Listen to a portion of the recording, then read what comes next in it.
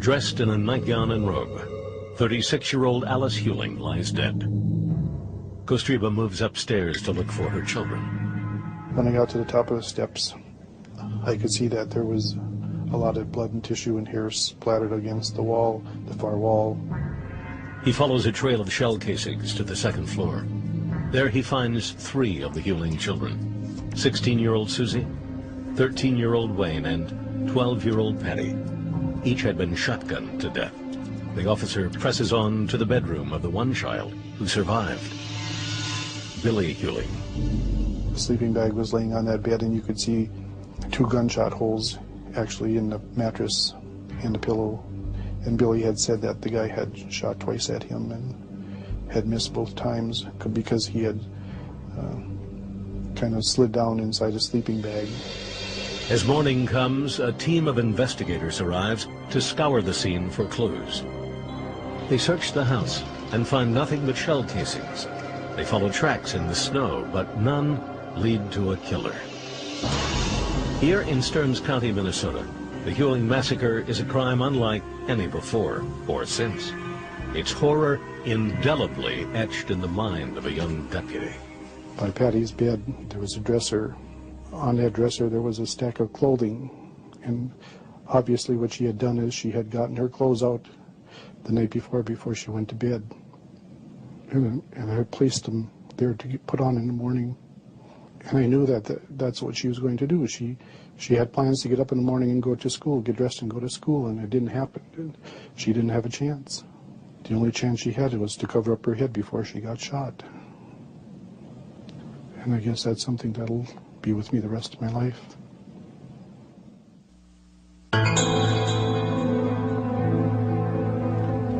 A few days after the murders, Deputy Gary Miller is on patrol in neighboring Wright County. On the morning of December 19th, he answers a routine call at the Clearwater Plaza truck stop. A customer is harassing the waitresses.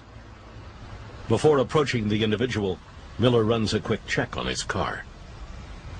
And I ran the tag, the license number, to try to get a little background on who I was going to be dealing with. When that license check came back, it indicated the vehicle was stolen. Miller confronts the problem patron, 27-year-old Joe Turry, and arrests him for auto theft. The vehicle that he was driving was towed into our impound area there, and as was our procedure, I asked another officer to accompany me, and we did an inventory of the car. Among the items found inside Turry's car are handwritten lists, scribbled on odd scraps of paper, the names of dozens of women, many of them waitresses. There was a number of notebooks and coasters and napkins that had names of females and license numbers of cars, and some of them had descriptions of where they lived. A couple of them had been circled, said, "Get this one." Like every other cop in the area, Gary Miller is on the lookout for connections to the Hewling massacre. Joe Turry's fascination with waitresses appears to provide one such link. One of the Hewling children, 16-year-old Susie, worked part-time as a waitress at a local diner. Miller passes the information on to the man working the Hewling case, who questioned Turry about the list of names.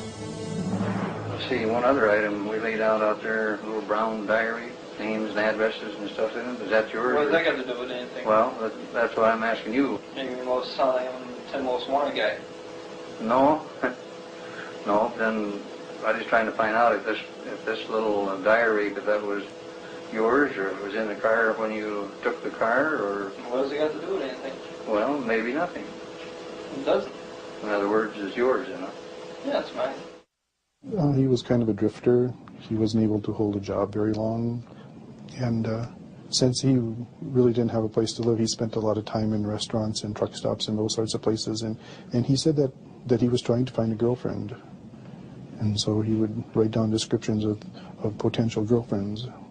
While the catalog of women may be unusual, even suspicious, it is not by itself illegal. Detectives turn their attention to a second unusual item found in Turry's car. A 27-inch metal bar wrapped in black vinyl. Well, we knew that Alice had sustained some beating, And we always thought that bar was a possibility, but when they weren't able to find any blood or tissue on it, then it was kind of put aside. Investigators are uneasy, but can develop no specific links between Turry and the Hewling murders. A few weeks later, the auto theft charge is cleared. Joe Turry is released and fades into the background of a Minnesota winter.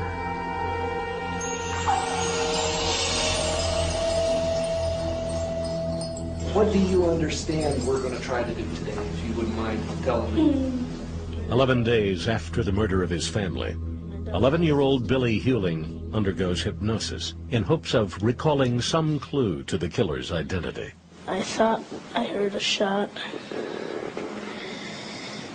and then I heard somebody come upstairs. He came through the hallway, and Wayne looked up at me, and saw him. He started yelling, "No, no, don't, no." And then the guy shot him with a shotgun. And then I heard him. At that time, I had went under my blankets. From inside his sleeping bag, Billy hears the sound of his two sisters, Susie and Patty, being shot to death in their beds. Then he hears the killer's footsteps approaching. I heard the guy come back into our room, and I came over and stood about in the middle of the room. He shot at me once, came by my head and rang my ear. He poked me with the barrel of the gun. And I think I moved a little bit. I tried staying still, and when he poked me, he must have saw something on me move. Shot at me again in the same place. Missed me again. Felt me again with the barrel. With his life in the balance, Billy Hewling plays dead. The killer is satisfied and leaves. Billy's story offers police a window into the killing ground, but presents few clues to help catch a killer. In time, the case goes cold. Meanwhile, a killer continues his work, selecting and stalking his next victim, another young waitress.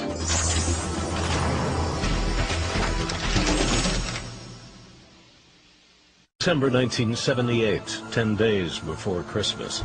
Winter's grip holds tight in rural Minnesota. The cold, however, does not stop a killer. Just before dawn, a man breaks into a solitary farmhouse. He guns down a mother and her 3 children as they lay sleeping in their beds. Police find few clues and can tie no suspects to the crime. The case sits cold.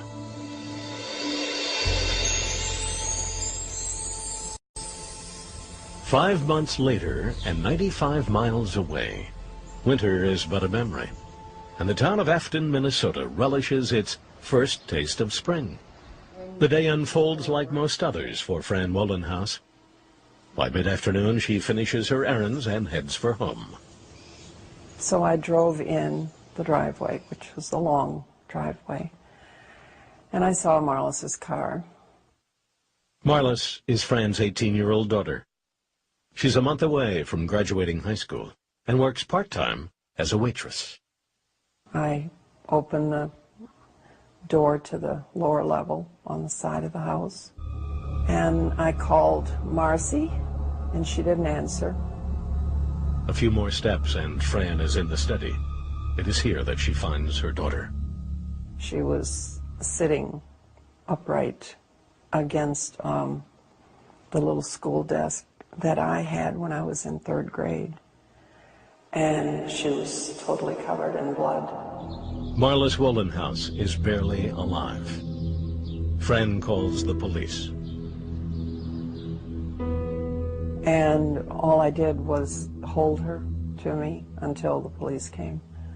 I mean, there was no, I saw the injury and knew, I mean, her brain, skull was totally crushed and was on the floor. Marlis is rushed to the hospital and dies 2 days later. Mike Johnson is among those assigned to investigate. There were a number of investigators that were assigned initially. Probably 2/3 of what then was our investigative division worked the case in the early weeks. But it was quickly evident that there was not going to be a quick resolution to this case. Without a murder weapon, fingerprints, or any other clues, the case quickly goes cold. On Saturday, May 12th, the day before Mother's Day, Fran Wollenhaus buries her daughter. Of course, I was totally in shock, numb, had no feelings. And Mother's Day from then on for many years were extremely painful. And I wanted to know in my lifetime who did it and why. I wanted answers.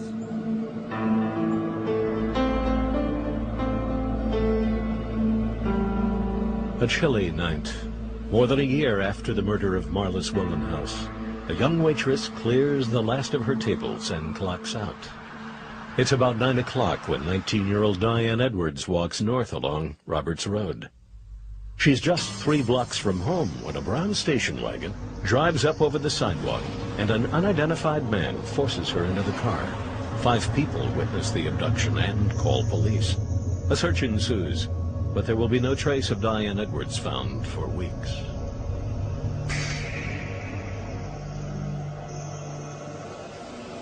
Off a country road, a hunter stumbles upon a pair of glasses and a purse. Inside the purse, an ID bearing the name Diane Edwards. By late afternoon, Chief Deputy Dave Hofstad and dozens of officers are searching the brush. Shortly thereafter, here comes a helicopter, and I would say within 5 minutes, one of the deputies in the helicopter radioed me and said to get in my car and drive up the road to this little hill and get out of your car and walk down into the ditch. And as I walked into the ditch, I observed a female laying on her stomach with her hands like this and her head like this. With one glance, Deputy Hofstad realizes he's found Diane Edwards, dead from a single stab wound to the chest. Within a couple of weeks, Hofstad gets wind of a possible suspect.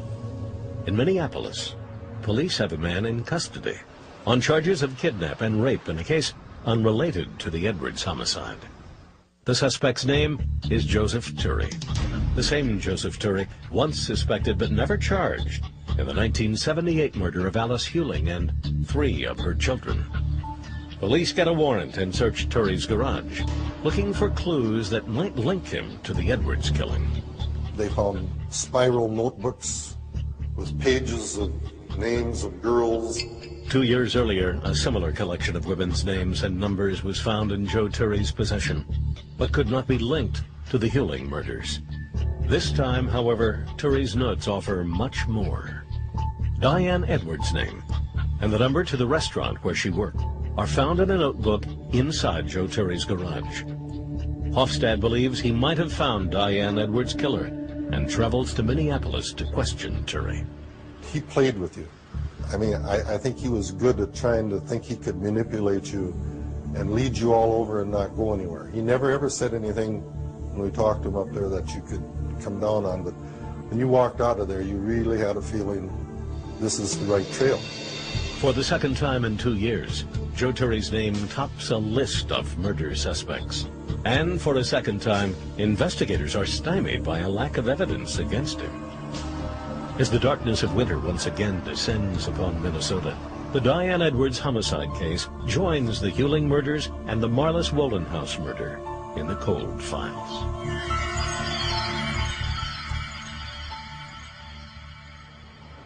Joseph Turry is not off the hook yet. In April of 1981, he is convicted on 3 counts of rape in cases unrelated to the unsolved murders.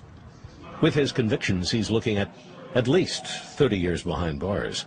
And life behind bars does not agree with Joseph Turry. He was being picked on by fellow inmates. The guards were giving him a bunch of crap. Nobody liked him, he had no friends, and everybody was picking on him. Deputy Archie Sonnenstall transfers Turry to a new cell block. Turry is grateful. He says, I really appreciate that. He says, you're the first one that's ever did anything for me. I says, well, here's my card.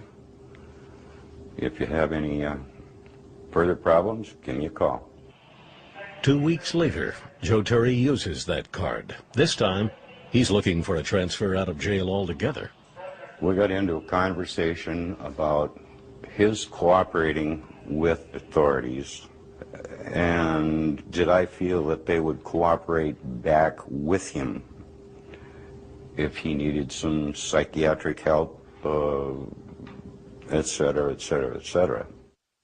Convicted rapist Joseph Turry would rather do his time in the state mental hospital. To get there, he's willing to give up the details of a murder.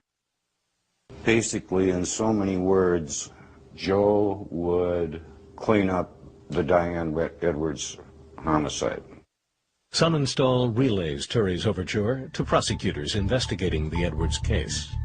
And they said, go back and talk to him and tell him that we're receptive to the idea of cooperation. We can't make any promises because we don't know what the problem is.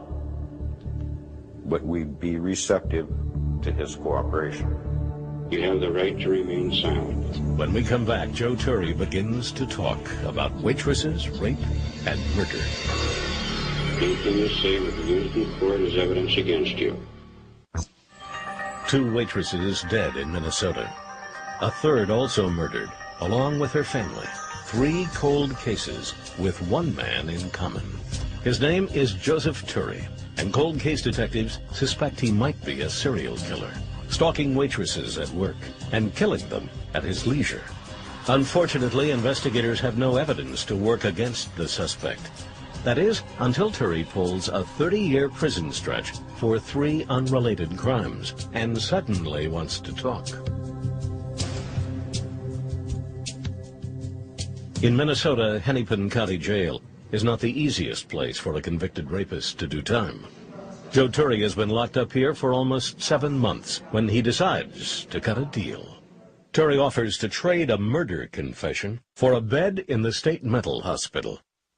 In May 1981, Deputy Archie Sonnenstall turns on a recorder, and Joe Turry begins to talk about how he killed Diane Edwards. You said you saw a gal walking up the street? Yeah. Did you stop by this gal? Yeah. Who was she? Diane. Diane who? Edwards. He pulled up alongside of her, and he recognized her, and she recognized him. And he asked her to get in the car, and she wouldn't, so he grabbed her, forced her in the car. After you got her in the car, how did you manage to keep her in the car? Tied a rope around her arms. In the back of her. Tied a rope around her arms behind her? Yeah. With Diane Edwards restrained, Turry drove 60 miles north to a rural area near Elk River. Then he raped her on the front seat, and she screamed some insult at him, and he just blew it, and he stabbed her. Did she say something to you or do something after you finished having intercourse the first time on the front seat? Yeah, she screamed at me and said something that I can't remember exactly. And how did you respond to that? Blew up. You blew up. And when you blew up, what happened? I stabbed her. He said he then drug her down an inclinement down towards the woods, where he raped her again. And he thought she might have been dead by that time because she wasn't moving or saying anything. To be certain Turry is telling the truth, investigators arrange an afternoon drive. Turry directs them to an empty stretch of road some 60 miles north of St. Paul. And he had me turn up this little trail that I knew led to the site, and we're coming up that little hill, and as we get to the spot, he says, stop right here. Turry gets out of the car. walks down an embankment and points to a ditch alongside the road. And Dave looked at me and he said, you know, he's within 4 feet of where we found the body. And this is a very rural setting. So far as landmarks, I mean, they just aren't there. He knew. Detectives are now convinced their tour guide is a killer. His confession genuine. On May 13th, 1981, Joe Turry is charged with the murder of Diane Edwards, a crime for which he will eventually be convicted. As he awaits trial, however, Turry discovers that, despite his confession, a transfer to the state mental hospital is not in the offing. Instead, he finds himself in yet another jail cell, still doing his level best to make the state believe he's crazy.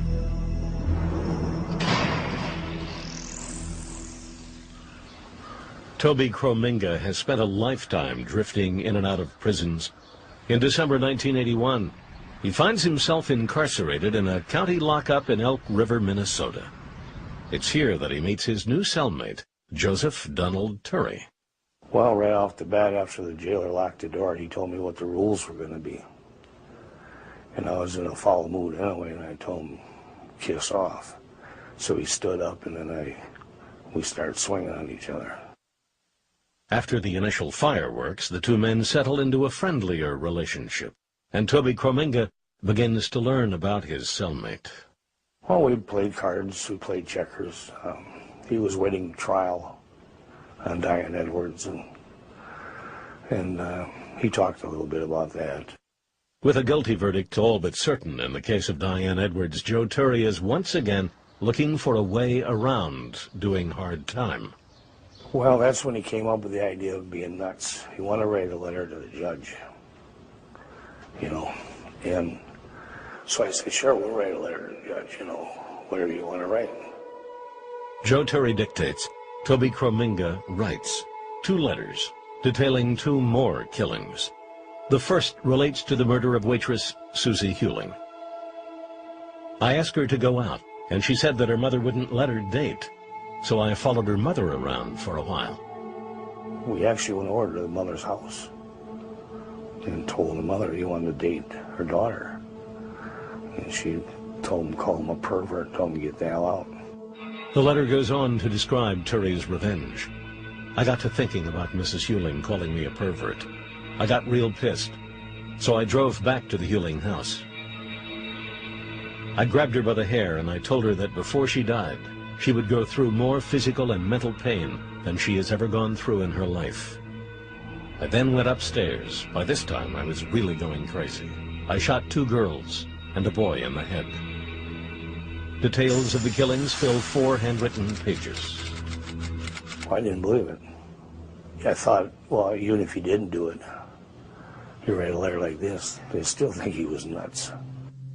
In a second letter, 3 pages long, Turry describes the murder of Marlis Wolenhouse.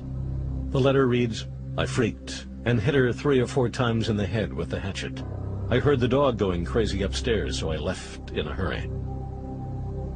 Joe Turry signs and dates both statements. Krominga signs as a witness and hands the letters off to a jail guard to be delivered to the judge. But once again, Joe Turry's plans go awry. His letters never make it to the judge. Instead, Turry finds his confession leading the local evening news. In the Hewling murder confession, Turry says he knew one of the Hewling daughters, but her mother refused to let him see her. I was standing next to Joe, and they had a news flash. He planned to tie up the family and rape one of the daughters. But when he went into the house and entered Mrs. Hewling's bedroom on the main floor, she recognized him and said, and we quote, "Leave my house, you pervert." I said, oh, damn. You know, I mean, I was just as stunned as Joe was. I had no idea it was going to be on the news. Turry then says he shot her above the knees and hit her a couple of times. Oh, he just freaked. He kept on saying to me, you double-crossed me, you lied to me, the judge is supposed to get it all at, you know. This evening, Joseph Turry said he has never raped or killed anyone. Once the statements are made public, Joe Turry denies ever making them. As for his signature on the bottom of the page, Turry claims he signed a blank piece of paper. what he thought was a jailhouse petition for better food. Turry then offers an alibi for one of the killings he supposedly confessed to. On the day Marlis Wohlenhaus was killed, according to Turry, he was working on a production line at the Ford Motor Plant. Investigators call Ford and confirm the alibi. Suddenly, the letters don't look so solid. Basically what it amounted to was a jailhouse confession from one person to another. And early on in that part of the investigation, our office alibied the suspect, believed he was at work, and for that reason, there was no credibility put on it. He had his name written out, and he wanted me to sign it too. Police accept Joe Turry's alibi, and the jailhouse confessions are discredited. This is how things will remain for 15 years. Until a team of cold case detectives takes a closer look at Turry's confession and find the clues that everyone else has been missing.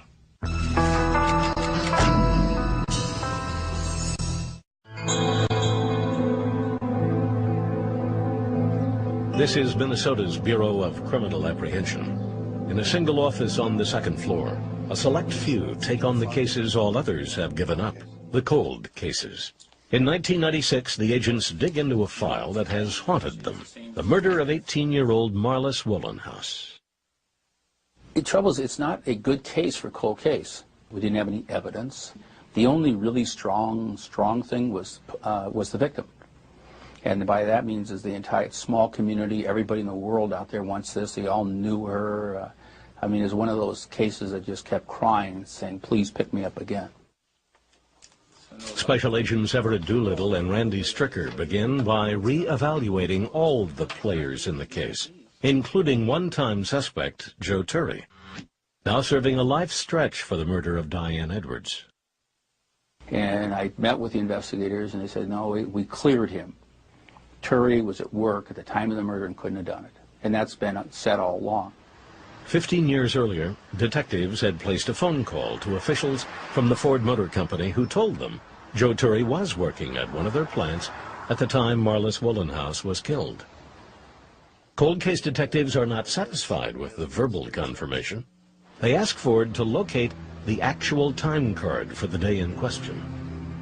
Later, one of Doolittle's detectives calls him with results from the search. And he said, yeah, Joe Turry was at work on May 8th at the time of the murder. Joe Turry, date of birth 1911 was. And I said, he said, yes, his dad was at work at the time. There's no record showing Joe Turry was at work. Going back and rechecking, identified that they were both employed there and that Joe was working the later shift, which afforded him the opportunity to commit the crime and still make it to work on time. So that was the big break. It blew away his alibi. The collapse of Turry's alibi puts the convicted killer once again in the crosshairs of the Wohlenhaus investigation and brings his jailhouse confession back into play. Detectives give it a fresh look, hoping to determine if it reads true or is just another piece of cell block fiction. We took it apart, piece by piece by piece. What he said he did, where he went. And then there were little things in there. And one of the little things that didn't seem to matter that much, but they mean everything. On the third page of his confession to the Wohlenhaus killing, cold case detectives discover one of those little things, a story about a little girl. He talked about coming out the end of the driveway and spinning his tires and blowing gravel all over this girl. His quote, I see this little, and I put it to the floor, I spin gravel, and I take off. Detectives find a chilling echo of Turry's letter in a statement taken at the Wohlenhaus crime scene. And there's a statement from a girl who was 8 years old at the time, who got out of school, who's walking to her girlfriend's house. And she's walking right by the entrance to the long driveway. And she's interviewed back then and said, I saw this, she called it a cream-colored little car, come out, and this guy threw gravel and dust all over her and took off. That's never been in the media. That's never been out because they're really worried about she's 8 years old. The family was scared for her safety. How did this confidential detail find its way into Joe Turry's confession? For cold case detectives, the answer is simple. Turry's confession is genuine. in this business, you'll have people confess to crimes that they didn't commit, but they don't know the particulars. Joe knew the particulars. There's information in there that nobody would ever know or couldn't know but the person who committed the murder. It is the third time Joe Turry has been looked at hard for the Wolin House murder. This time, the suspicion sticks. 17 years after Marlis Wolinhouse was found bludgeoned to death, Turry is arrested for her murder.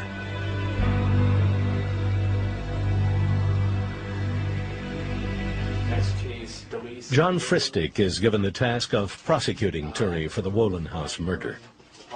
To prepare for trial, Fristic decides to educate himself about Turry's criminal past. Part of that history, the lingering suspicion among members of law enforcement that Turry might be responsible for yet another set of crimes, the murder of Alice Huling and 3 of her children. Fueling those suspicions is a curious police stop made just days after the Huling massacre. From a stolen car driven by Turry, police pulled a metal bar, a list of women's names, and a toy Batmobile. At the time, no link could be developed between these items and the Huling murders. 19 years later, John Fristic believes he sees just such a connection. And I thought to myself, what is Joe Turry doing with the Batmobile in his car? Everything else in the car I can understand somewhat. What is he doing with a child's toy, a little tiny Batmobile? And then it occurred to me, Alice Huling had 2 small sons, Billy and Wayne, the same age as boys who would play with toy Batmobiles. And so I thought to myself, where do you get this car? Did this come from the Huling house?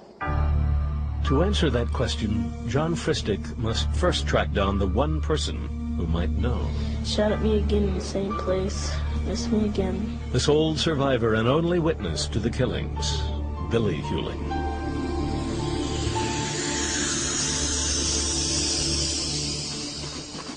Petty Officer William Huling has spent more than 2 decades trying to forget about a cold night in December 1978. The night his childhood ended. The night his family was murdered. Being as young as I was, I didn't want to talk about it. I didn't want to do anything. And I just wanted to continue on with my life and forget that it ever happened. But it's something that you never really forget, and as you grow older, you start thinking about it more. You know, it hits you, and you're like, man, you know, my family's not here. After 20 years of trying to forget, Billy Huling is now called upon to remember. The witness coordinator in Washington County called up and said that they had some evidence that they wanted me to look at. And just, I don't know why I said it or how or where it ever came from. It's just like, oh, did you find my Batmobile car? The following day, Billy Huling identifies the Batmobile. A toy believed lost the night his family was murdered. A toy found in Joe Turry's possession just 4 days after the crime. Joe Turry took from their house, after he killed Alice Huling and her children, he took from their house Billy Huling's Batmobile. He took a souvenir. Piece by piece, Joe Turry's carefully arranged world is breaking up, and the specter of old crimes rises anew.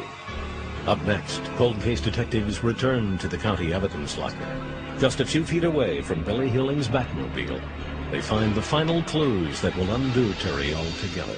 20 years, the murder of Alice Huling and 3 of her children has remained a mystery. And for 20 years, a child's toy has gathered dust at the bottom of an evidence locker. Investigators found the toy among the possessions of a man named Joseph Turry, but could never fathom its significance. Now the sole survivor of the attack, Billy Huling, has identified the car as identical to one of his childhood possessions, a toy detectives believe Turry took as a souvenir of the night he slaughtered the Huling family. Now the team returns to the Huling case file, wondering if any other clues might turn up. Special Agent Randy Stricker reviews Alice Huling's autopsy photos and notices an unusual pattern of bruising. In reading the reports that have been generated by the officers that were conducting the investigation, they had indicated that the bruise on the body could have been caused by a shotgun butt or a shotgun barrel, and I couldn't see the correlation there. Stricker decides to take his questions to an expert, a man who studies bruises for a living.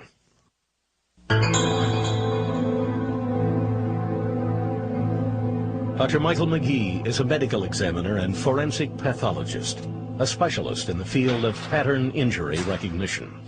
Agent Stricker asks McGee to look at Alice Hewling's autopsy photos and suggest what kind of weapon might have caused her injuries. She had a bruise that was elongated.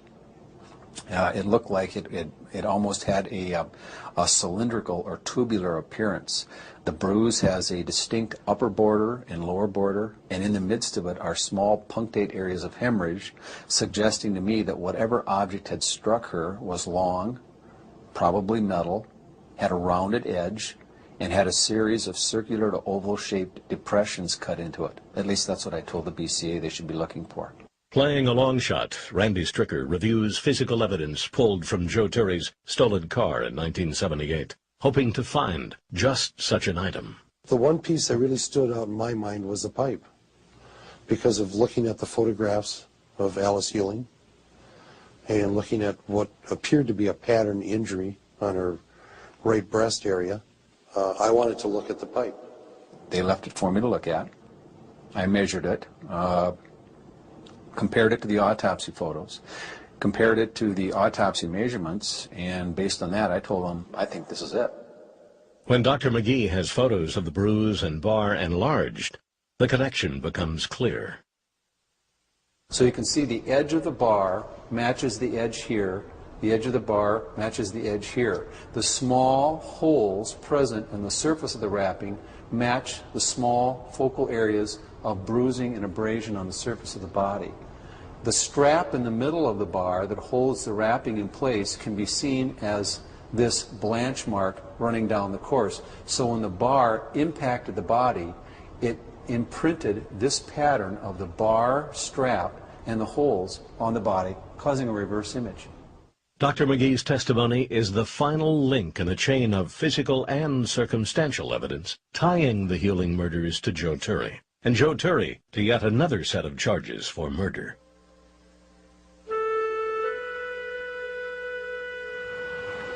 Stearns County waited 22 years for this trial. A jury returns its verdict in 12 hours. In the case of the Hewling family massacre, Joseph Turry is found guilty on 4 counts of murder and sentenced to 4 consecutive life terms in a Minnesota prison. For sole survivor Billy Hewling, the sentence seems appropriate. I'm at a point now where it doesn't matter. It's not going to change anything. He's doing his time in jail. He's never going to get out.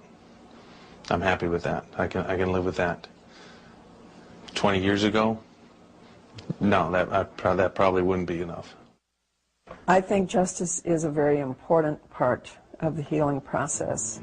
Fran Wollenhaus finds her own measure of justice on October 14th, 1998, the day that Joseph Turry is convicted of yet another murder, the beating death of Fran's daughter. For us, we went for so many years without knowing who killed Marlis. And I say it was like a freeing of my soul when I finally had answers. The real killer should be sitting in this chair, not me.